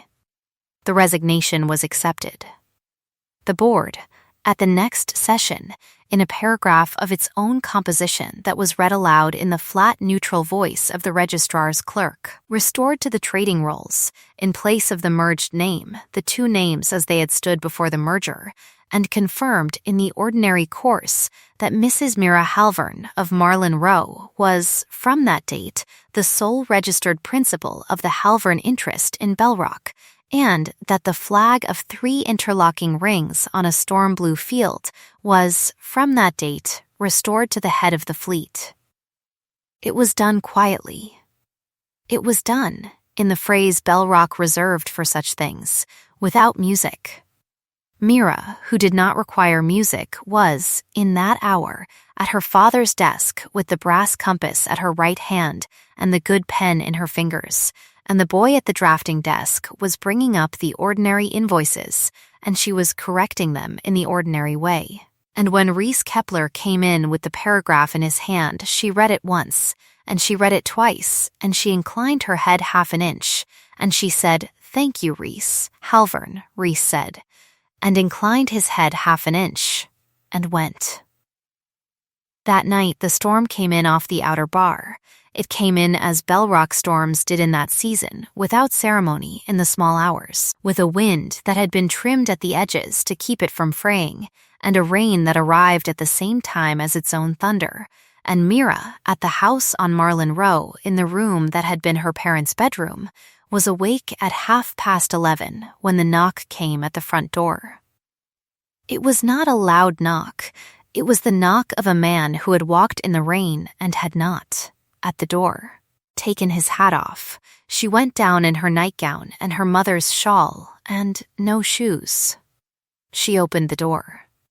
Aaron Koru of the northern seat stood on the step in a coat black, with rain and no gloves and no hat, and his hair flattened against his forehead, and behind him the storm was doing what Bellrock storms did in that season to Marlin Row, which was to lean against the fanlight over the door until the glass rattled, and Mira in the doorway did not, for a breath, speak. He said, "Mrs. Halvern, Mr. Koru, I will not." He said, "Come in. I will stand here, on the step, in the rain, because I have come to say a thing that I am not entitled to say in a house, and I would prefer that the house be witness to the not entitled." "You are entitled," Mira said, evenly, "to come out of the rain." "I am not," Aaron Koru said. Yet he said it in the same flat, unhurried voice he had used at the customs shed, and in the counting room, and at the board, and Mira, in the doorway in her mother's shawl, understood that the voice, that night, was not the voice of the northern seat, but the voice of a man who had, at the 11th hour, laid the northern seat down at his own door, and had come to Marlin Row without it. She stepped back from the doorway. She did not close the door. She went, in the small, quiet motion of a woman who had, for 2 years, kept her hands off a certain sentence, to the coat stand in the hall, and she took her father's old oilskin from the hook, and she went out onto the step. And she stood beside him in the rain, and she said, "Then we are both in the rain. Missu, Koru, say your thing." He looked at her. He did not, for the space of one breath, speak, and then he began to speak, in the flat, unhurried voice she had known, and in a rhythm she had not.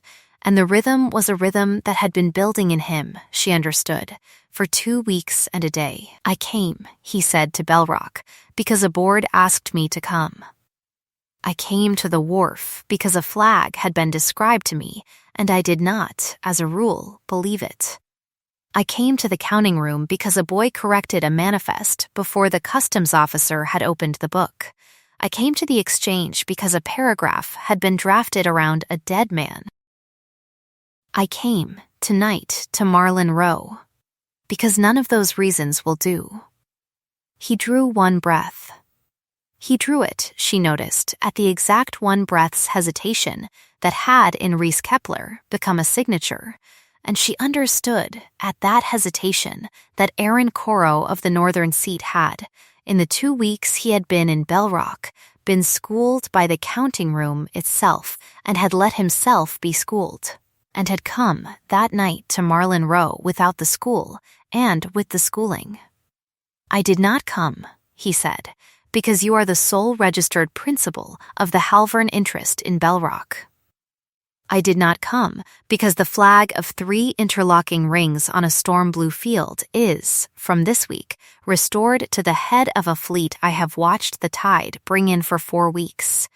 I did not come because the board has asked me, in the ordinary course, to sit on a further inquiry that will require me to remain in this city until spring. Those are reasons that will do in a hall. Those are reasons that will do in a corridor. Those are reasons that a man can say to a woman across a registrar's desk in a clean, cold light and not be ashamed. Those are not the reasons I have come." He drew one breath. "I came," he said, "because I have watched you correct, in your own hand, in a script your father taught you, 3 months of manifests that no one saw. I came because I have watched you, in a counting room in a wet gray light, name a paragraph as a lie without raising your voice. I came because I have watched you set a compass on top of a petition, as if the compass were a stone on a paper that must not blow away, and I have understood, at last, that you have been that stone for 2 years, in a house that did not know it had a stone in it. I came because I have watched you decline, in every room in this city in which I have seen you, to be less than you are. And I have understood that a woman who declines, in every room, to be less than she is, in a city that has for 2 years insisted that she be, is not a woman a man in the northern seat can walk away from and pretend, in a hall in the north, that he did not know her. I would rather," he said, and his voice, for the first time she had heard it, was not the voice of the northern seat. "I would rather be the man who stood on a step in the rain at Marlin Row and said this and was told to go, than the man who stood in a hall in the north and did not say it and knew he had not." He stopped.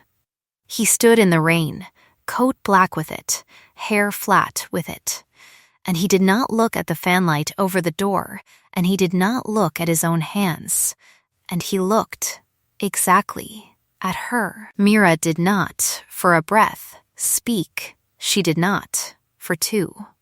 She was aware, in the small, still center of her chest, of the feeling she had refused to permit herself in the counting room in the corridor, and the front office, and the board, and she was aware, also, that the feeling was not, and had never been, the feeling she had thought it would be. It was not admiration. It was not, yet, admiration. It was recognition, and recognition, she had been raised to understand, was the currency of a wharf and not of a hall, and was, in her father's phrase, the only currency that did not need to be counted twice. She permitted herself, for the space of one breath, to be recognized. She permitted herself no more, she said evenly, in the flat, unhurried voice her father had taught her, "Mr. Koru, yes. I have been," she said, "for 2 years, the wife of a man who arranged himself to be photographed. I have been, for 2 years, the woman in the corridor whose useful little talents were priced and not paid. I have been, for 2 weeks, the sole registered principal of a house, and I have not yet been that long enough to know what I am when I am not correcting a manifest that no one saw. I will not, tonight, on a step in the rain, tell a man who has walked from the Merchant Exchange to Marlin Row in a storm that he may come in and be answered. I will not, tonight, be answered. I will not, tonight, be less than I am in a doorway in order to be more than I am in a hall in the morning." She drew one breath. "I will," she said, "tell you that I have heard you. I will tell you that I have not, in 2 years, been heard by a man in this city who did not want something, and that a man who has come to a step in a storm to say that he did not come for the flag has been heard and will be heard again, in a room, in a light, at an hour, of my choosing. Not tonight, not on a step." Not while I am the woman who has, this week, laid a paragraph on a registrar's desk. She said it evenly. She said it as her father would have said it. She did not smile. She did not lower her head. She stood in her mother's shawl and her father's oilskin on the step at Marlin Row, and she looked at Aaron Koru of the northern seat. And she saw, in the small motion of his mouth, the exact motion of a man who has, at the 11th hour, understood that he has been heard, and has not been given his answer, and has not been sent away. He inclined his head half an inch. It was, she noticed, the exact inclination he had given her at the customs shed, and in the counting room, and in the board's hall, and it was, that night, on the step, in the storm, in the rain, in her mother's shawl and her father's oilskin, more than a courtesy. He said, "Mrs. Halvern, Halvern," she said quietly, only for his ears. "Halvern," he said. He said it as if the word had, in his mouth, become a small, honest instrument. "I will," he said, "wait for the room, the light, and the hour of your choosing. You will, I will," he said. He did not then go at once. He stood on the step for the space of one breath, and then two, and Mira, in her mother's shawl, in her father's oilskin, understood that the not going was a not taking. That a man who had been raised in a house where a smile spent in the wrong room could not be got back, was, on the step at Marlin Row, declining to take what he had not been given, and that the declining was, in the small still center of her chest, more moving than any taking would have been. He turned. He went down the step. He walked out into the storm at Marlin Row in the flat, unhurried step of a man who had not, in the counting room or the board's hall or the step, arranged himself to be photographed, and Mira Halvern, in the doorway of the house on Marlin Row, watched him go, and did not, until the corner closed the door. She closed it at the corner in the ordinary way of a bell-rock door. She stood in the hall in the sound of the rain on the fanlight.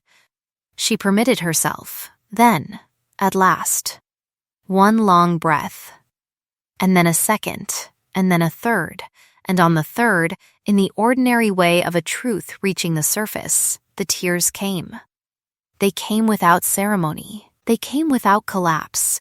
They came in the flat, unhurried way of a bell-rock rain. And she stood in the hall with the compass on the shelf above the plates, and the rain on the fanlight over the door, and she let the tears come, and when they had done, she wiped her face on the sleeve of the oilskin, and she went upstairs, and she slept that night, the sleep of a woman who had, at the 11th hour, decided to be angry, and had, at the 12th, decided instead to be believed. In the morning, the storm had gone.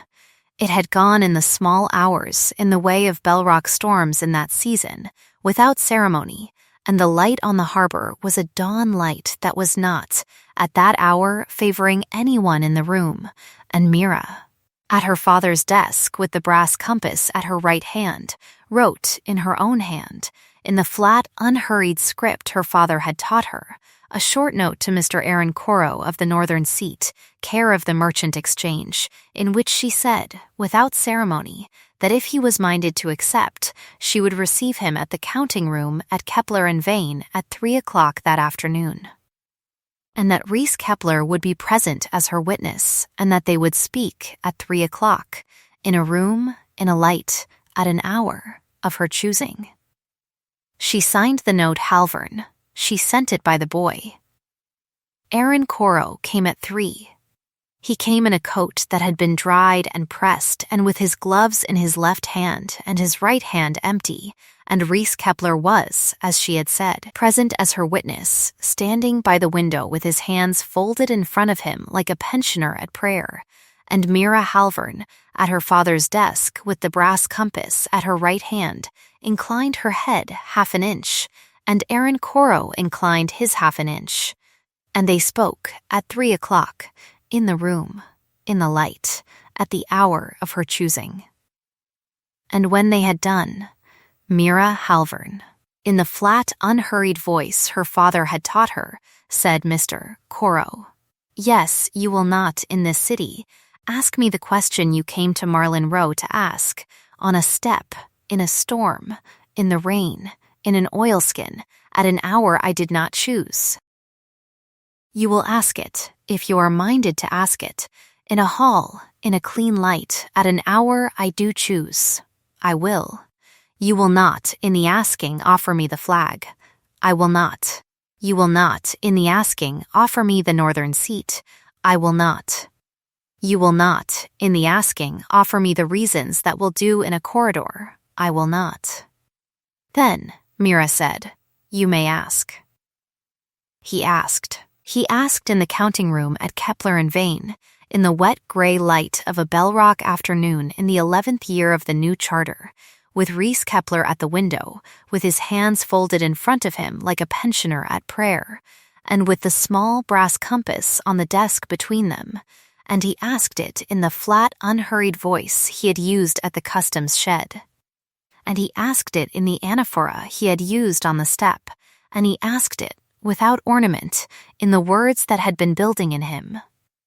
"I do not ask," he said, "because the Halvern flag flies at the head of a fleet. I do not ask, because the board has, this week, restored your name to the rolls. I do not ask, because a woman who has, for 2 years, corrected in her own hand 3 months of manifests that no one saw aught, in the ordinary course, to be corrected for. I ask because I would like to be, for the rest of my life, the man who is wanted by you when no one is watching." Mira did not, for a breath, speak. She did not, for 2. She rested 2 fingers, for the space of 1 breath, on the small brass compass on the desk between them. She lifted her eyes. She said, evenly, in the flat, unhurried voice her father had taught her, "Yes, because I wish it." She said it once. She did not say it a second time. 2, in that room, at that hour, in that light, was the count at which vanity replaced accuracy in the column, and she was not, that afternoon, prepared to keep a vain column. Aaron Koru inclined his head 1/2 an inch. He did not then cross the desk. He did not then take her hand. He waited. He waited for her, and Mira Halvern, in the flat, unhurried step her father had taught her, rose from the desk, and she walked around it, and she took his hand, and she did not, for a long breath, let it go, and Reese Kepler at the window, with his hands folded in front of him, like a pensioner at prayer, looked away. Deliberately, at the harbor, and permitted, in the small pouches under his eyes, the closest thing he allowed himself to a smile of approval. 6 months later, on a clean, cold morning of the sort that Bellrock produced only after a long night of good weather, the town gathered at the head of the Halvern moorings for the launching of a new ship. The ship had been laid down in the spring on the North Yard at Halvern Point, and had been fitted in the summer at the Caldwell Reach Yard, and had been rigged, in the last month, at the Bellrock Wharf, and she carried, at the head of her mainmast, the flag of 3 interlocking rings on a storm-blue field, and she was, in the ordinary course, a plain black-hulled trader of a size that Bellrock had not, in 20 years, seen laid down under any private name. There was a crowd. There was, along the wharf, a crowd that had not, that morning, been paid to come. There were traders and wives and warehousemen and captains and mates, and there were, among them, in the front row, the senior notary of Halvern & Co. with his clerk beside him, and Petra Osric in a plain, dark coat, and the harbor master's own clerk with his book, and there was, in the second row, Reese Kepler with his hat in his hand, and there was, at the small platform at the head of the mooring, Mira Halvern, in the plain gray of the wharf and the small brass compass in the pocket of her coat, and beside her, in a plain dark coat, Aaron Koru of the northern seat. The chair of the board of the Merchant Exchange spoke first. He spoke briefly, in the small dry voice for which he was known, and he named the ship, and he named the house, and he named the flag, and he inclined his head half an inch to Mira Halvern, and he sat down. Aaron Koru rose. He rose in the small, quiet motion of a man who had, in the last 6 months, been schooled by a counting room and had let himself be schooled, and he stepped to the small platform, and he did not smile, and he did not, for a breath, speak. And then, in the flat, unhurried voice he had used at the customs shed, and in the counting room, and in the board's hall, and at Marlin Row in a storm, he spoke. Bellrock, he said, was, in the 11th year of the new charter, wrong. Bellrock was wrong about a woman whose name it printed in the smallest type in its shipping column. Bellrock was wrong about a house whose books it had, for 2 years, permitted to be drawn on by a hand that was not its own. Bellrock was wrong about a flag it was told to correct off the rolls. They were wrong. They were wrong about her patience, which they called a delicate constitution, and which was in fact the patience of a wharf. They were wrong about her competence, which they called useful little talents, and which was in fact the competence of a Halvern. They were wrong about her voice, which they called poetic before breakfast, and which was in fact the voice her father taught her at a desk that is, today, still hers. They were wrong, and they were told this week in a hall that they were wrong, and they have, in the ordinary course, corrected the rolls. I have been, he said, in this city for 6 months. I have watched a woman correct in her own hand manifests that no one saw. I have watched her name a paragraph as a lie without raising her voice. I have watched her set a compass on top of a petition as if the compass were a stone on a paper that must not blow away. I would like to say, on this platform, that this ship carries her flag not because a board restored it to the rolls, but because she was in every room I saw her in every corridor and every counting house and every hall in this city, always worth believing in. She was always worth believing in. I hope, in the years to come, that Bellrock will not require another paragraph 7 in order to remember it. He inclined his head half an inch to her. He stepped back. He did not then look for applause. The applause came anyway. It came in the ordinary way of a Bellrock crowd, without music, without ceremony, and it was, in the small, still center of Mira Halvern's chest, the first applause she had, in her life, heard for herself, and she permitted herself, for the space of 1 breath, to hear it, and then she permitted herself no more. She stepped forward. She rested 2 fingers, for the space of 1 breath, on the small brass compass in the pocket of her coat, and she looked out over the crowd at the head of the Halvern moorings, and she spoke, in the flat, unhurried voice her father had taught her, briefly, in the small, dry voice for which she would, in the years to come, be known. She thanked the chair. She thanked the board. She thanked Reese Kepler, who inclined his head half an inch in the 2nd row, and did not, at that moment, cry, and who would, later, in a room by himself, cry a little in the ordinary way of a pensioner at prayer. She thanked the senior notary and his clerk. She thanked Petra Osric, who saluted her from the front row, with the small, quick lift of the chin that had, between them, replaced the more formal courtesies of the trade. She thanked, without naming him, a man who had come down to a wharf to look at a flag, and had, in the ordinary course, stayed, she said, in the last sentence of her speech, that she was the sole registered principal of the Halvern interest in Bellrock, and that the flag at the head of the mainmast of the ship they had, that morning, come to launch had been sewn, 28 years past, by her mother, from an old wedding sash and a length of storm-blue duck cloth, and that her mother had said then that a flag ought not to brag, because the wind would make a liar of it, and that a flag ought to be, instead, what a good hand was, small and honest and where you could see it, and that she hoped in the years to come. In whatever hall of whatever city, that the flag of 3 interlocking rings on a storm blue field would be, at the head of any fleet that carried it, small and honest, and where anyone with eyes could see it. She inclined her head half an inch to the crowd. She stepped back. She reached, in the flat, unhurried motion her father had taught her, for Koru's hand, and he gave it to her, and they stood on the small platform at the head of the Halvern moorings, in the clean, cold light of a Bellrock morning after a long night of good weather, with their hands joined and the small brass compass in the pocket of her coat and the flag of 3 interlocking rings on the mainmast of the ship behind them, and Mira Halvern, in the small, still center of her chest, permitted herself, at last, one long thought, and the thought was that this was not perfect, and this was not easy, and this was simply shared, and that was more than enough. The ship went down the ways into the harbor.